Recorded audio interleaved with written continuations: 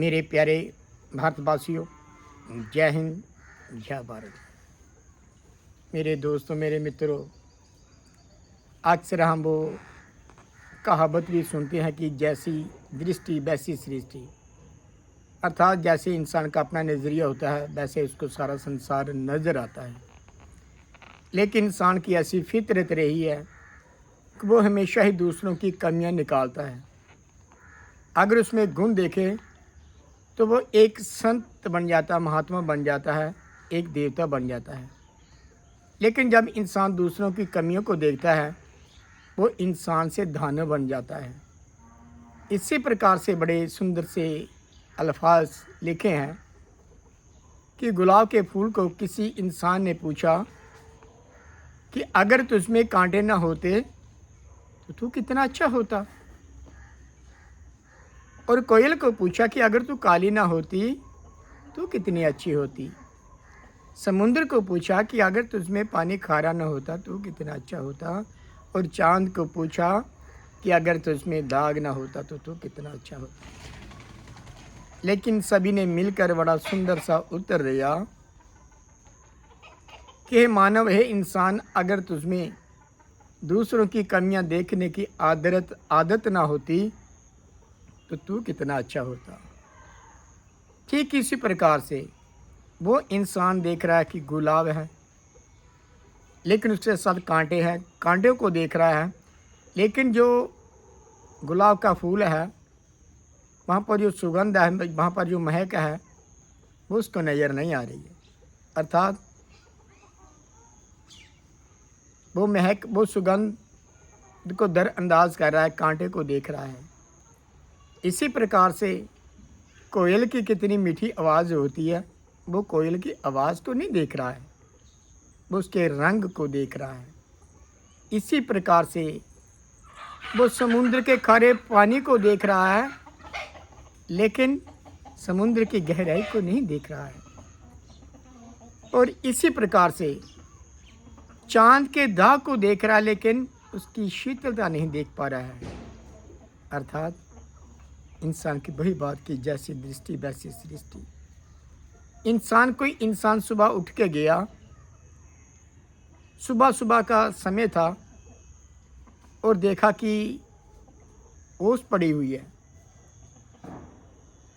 तो एक सकारात्मक सोच वाला था, उसने देखा कि देखो ये कुदरत का कितना कमाल है, ये कुदरत ने किस प्रकार से ये मोती बिखेरे हैं।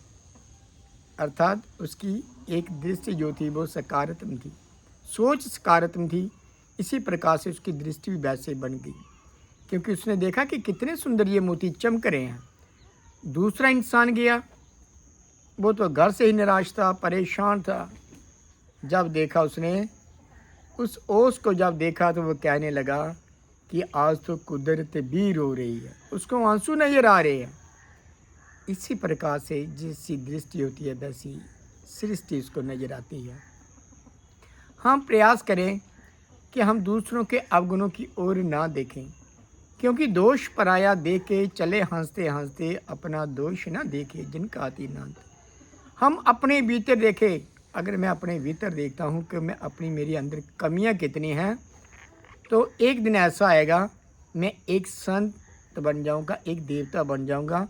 अर्थात साधारण इंसान से एक देवता बन जाऊँगा। लेकिन जब मैं दूसरों की कमियों को देखना शुरू कर दूँगा तो मैं एक इंसान से दानव बन जाऊँगा। इसी प्रकार से कहते हैं कि जो इंसान है अगर वो दूसरों की कमियों को निकालना बंद कर दे, वो एक इंसान नहीं, वो एक देवता बन जाता है। फिर भी मालिक की कृपा से जो सज्जन किसी संत, किसी महात्मा, किसी ऋषि, किसी ब्रह्मज्ञानी के पास जाते हैं तो उनका तो जीवन ही बदल जाता है। जिसको लिखा कि दिन दोहाड़े सदबारी, जिन्हें मानस ते देवता किया करत न लागी वार, जे सो चंदा गवाया सूर्य चढ़ाए हजार, ते चन्न होंगे तो गुरु बिना घोर अंधार। अर्थात गुरु कौन सी रोशनी देता है? गुरु वो रोशनी देता है, परम ज्ञान देता है। जे सो चंदा गवाया सूर्य चढ़ाया, एक चांद की रोशनी कितनी है, सूरज की कितनी होती है?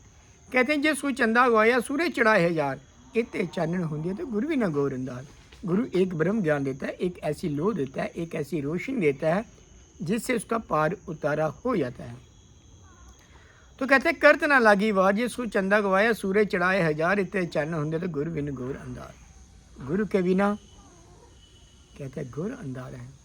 इसी प्रकार से जब हम किसी ब्रह्म ज्ञानी के चरणों से इस ब्रह्म ज्ञान की प्राप्ति होती है तो हमारा जीवन सफल होता है और दूसरों की हम कमियां नहीं निकालते हैं, अर्थात हर एक में कोई ना कोई गुण देखते हैं। प्रयास करें कि सब में हम गुण देखें, किसी के भी अवगुण ना देखें।